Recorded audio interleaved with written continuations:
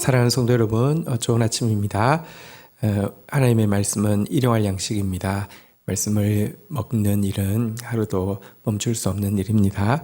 함께 말씀으로 나아갑시다. 사도행전 4장 1절에서 12절 말씀입니다. 1절 사도들이 백성에게 말할 때 제사장들과 성전 맡은 자와 사두개인들이 이르러 2절 예수 안에 죽은 자의 부활이 있다고 백성을 가르치고 전함을 싫어하여 3절 그들을 잡음에 날이 이미 저물었으므로 이튿날까지 가두었으니 4절 말씀을 들은 사람 중에 믿는 자가 많으니 남자의 수가 5천이나 되었더라. 자, 안전뱅이가 일어나는 일로 인해서 많은 사람들이 모이게 되었고요. 예수의 부활에 대해서 이제 사도들은 힘있게 가르치게 되었습니다. 그러자 이와 같은 예수의 부활에 대한 가르침을 이 종교 지도자들은 싫어하여서 이들 사도들을 이제 가두게 되었습니다. 하지만 그날 말씀을 들은 사람 중에서 회개하고 복음을 받아들인 자만 해도 남자만 5천 명이나 되는 엄청난 부흥이 일어나고 있었습니다.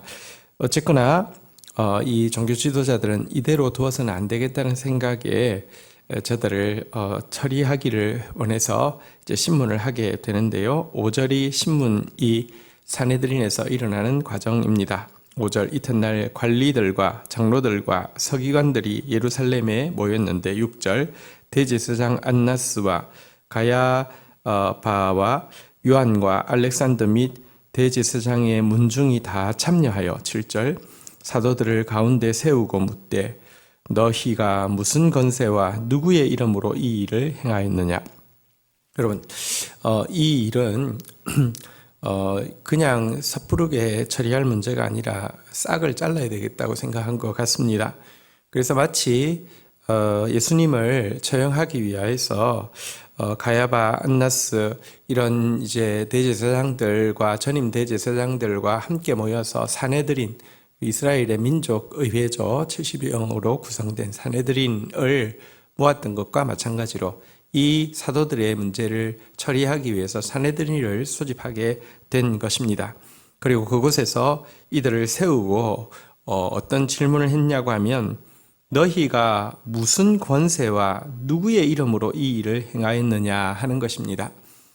그들에게는 종교 체제가 있고 그 체제에서는 너희에게 권위를 준 적이 없는데 너희가 무슨 권세로 했느냐. 이것은 아무런 권위 없이 이런 일을 한 것에 대해서 이제 그 책을 잡아서 심판하기 위함이고요. 또 누구의 이름으로 행하였느냐. 하나님의 뜻과 하나님의 가르침은 자신들이 가장 잘 알고 또 자신들이 전매 특권을 가지고 있는데 너희들은 도대체 누구 이름으로 이 일을 했느냐? 지금 이렇게 이제 묻고 있는 것입니다. 여러분 이 말은 성직자도 아닌 자들이 이 일을 한 것 자체가 월권이기 때문에 심판받아야 한다는 뜻이고 또 하나님이 아닌 다른 이름으로 했다고 하면 이건 귀신 들린 것이기 때문에 신성모독이라는 이런 제목을 덮어 씌우기 위한 질문이었죠. 여기에 대해서 8절 이제 베드로가 대답하고 있습니다. 이에 베드로가 성령이 충만하여 이르되 백성의 관원들과 장로들아 9절 만일 병자에게 행한 착한 일에 대하여 이 사람이 어떻게 구원을 받았느냐고 오늘 우리에게 질문한다면 10절 너희와 모든 이스라엘 백성들은 알라 너희가 십자가에 못 박고 하나님이 죽은 자 가운데서 살리신 나사렛 예수 그리스도의 이름으로 이 사람이 건강하게 되어 너희 앞에 섰느니라. 자, 이때 여러분 산헤드린에 있는 정말 그 고위관직자들 한 번에 다 모인 이 고위관직자 70명 앞에 배우지 못한 베드로가 섰습니다. 아마 그들의 그 입고 있는 옷이나 얼굴에서 풍기는 그 교만한 그 위풍이나 이런 것 앞에서도 긴장이 될 수 있었을 것입니다. 그렇지만 그 시간 성령이 베드로에게 충만하게 임하였습니다. 우리가 성경에서 성령이 충만하다고 할 때는 사실 원어적으로는 다른 두 단어를 쓰고 있습니다. 본문에 나오는 성령의 충만이라는 것은 성령께서 당신을 필요로 하는 어떤 특별한 순간에 일시적으로 능력으로 강하게 임하게 되는 상태를 이야기합니다. 예를 들어 배가 멈추어 서 있는데 갑자기 바람이 세차게 불어와서 돛이 팽팽해져서 배가 쏜살같이 가게 되는 이런 상태, 이런 것을 성령의 충만이라고 표현하는 첫 번째 단어의 뜻이 있습니다. 이것을 그래서 성령의 능력적인 충만이다라고도 묘사할 수 있겠습니다. 성경에 보면 또 이 성령 충만과는 다른데, 원어적으로는 다른데 또 같이 성령 충만이라고 번역되는 단어가 있는데요. 그것은 무엇이냐고 하면 성령께서 우리 내면에 내주하심으로 말미암아 우리가 성령의 아름다운 열매를 맺도록 도와주는 인격적인 성령의 충만함을 다룰 때도 있습니다. 오직 성령의 충만함을 받으라, 술 취하지 말라 이는 방탕한 것이다 라고 하고는 성령의 충만함을 받으라 라고 이야기하고 성령의 열매, 사랑과 희락과 화평과 오래 참음과 온유와 자비와 양선과 충성, 절제에 대해서 이야기할 때 이 성령 충만은 원어적으로 보면 인격적인 성령 충만을 이야기하는 단어입니다. 어쨌거나 이 순간에 성령이 능력으로 강하게 그에게 임하였습니다. 그래서 그 70인의 기세 등등한 이 사내들인을 향하여서 외쳤습니다. 첫 번째 9절에 보니까 병자에게 행한 착한 일에 대하여는, 이 일 자체가, 여러분, 이 안전뱅이가 일어난 것 자체, 이것 자체는 착한 일임을 명확히 했습니다. 자, 그리고 이 사람이 어떻게 구원을 받았느냐고 오늘 우리에게 질문한다면 하고 또 이야기합니다. 그 사람에게 일어난 일은 우리가 한 일은 착한 일이고 그 사람 개인은 이 일을 통하여서 구원을 받았다라고 이야기하면서 이 사건은 사실은 이게 책망할 사건도 심판할 사건도 아님을 일단은 먼저 명확히 이야기하고 있습니다.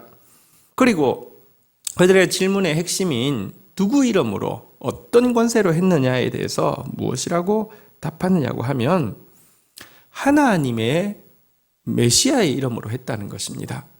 하나님의 이름으로 했다고 하면 자기들이 잡매 특거가 있기 때문에 또 배우지도 못했고 성직자의 직위도 없는 그들이 한 것에 대해서 이건 사칭이고 이것은 신성모독이라고 이야기하겠지만 하나님의 메시아의 이름으로 이 일을 했다라고 이야기하고 있습니다. 예수 그리스도, 너희가 십자가에 못 박아 죽였지만 하나님께서 살리신 바로 그 메시아의 이름으로 하였다라고 이야기합니다. 그러면서 11절에 이 메시아는 너희 건축자들의 버린 돌로서 집 모퉁이에 머릿돌이 되었느니라 라고 이야기하면서 너희는 그를 건축을 할 때 버린 돌로 내버렸지만 하나님은 그를 집 모퉁이의 머릿돌, 이제 없어서는 안 되는 돌로 이 집의 기초가 되게, 이 집의 그 주축이 되게 이렇게 만들어 두셨다라고 선언했습니다. 여기서 버린 돌로서 머릿돌이 되었다라는 표현은 예수 그리스도에 대한 예수 그리스도의 메시아이심을 선포하는 데 초대교회가 계속해서 인용하고 있는 구약의 예언이라고 할 수 있습니다. 그러면서 더 담대하게 이렇게 선포합니다. 다른 이로서는 구원을 받을 수 없나니 천하 사람 중에 구원을 받을 만한 다른 이름이 우리에게 주신 일이 없음이라 하였더라. 그러면서 예수 그리스도 외에는 구원에 이를 수 있는 하나님의 메시아가 없음을 명확하게 그들에게 선언하고 있습니다. 여러분, 오늘 이 본문을 보면서 우리가 한 가지 예수님께서 하신 말씀이 기억이 납니다. 박해의 순간에 설 때에 두려워하지 말라고 하시면서 예수님께서 이렇게 말씀하셨죠. 너희를 넘겨줄 때에 어떻게 또는 무엇을 말할까 염려하지 말라. 그때에 무슨 말을 할 것을 주시리니 말하는 이는 너희가 아니라 너희 속에서 말씀하시는 자 곧 너희 아버지의 성령이시라 라고 이야기했는데요. 정말 여러분 배우지 못하였고 사실은 작은 계집종 앞에서도 3번이나 예수님을 부인하던 그가 이 엄청난 자리에서 이렇게 담대하게 그리고 그들의 질문에 뛰어넘는 답으로 그들이 어떻게 할 수 없는 답으로 이제 답변하고 있는 이 모습에서 정말 성령의 능력이 충만한 상태가 무엇인지 저희들이 보게 되고요. 또 성령의 충만함을 통하여서 드러낸 메시지의 핵심이 예수 그리스도의 이름 외에 다른 이름으로는 구원이 없음을 명확하게 선포하고 있는 오늘 본문을 보게 됩니다.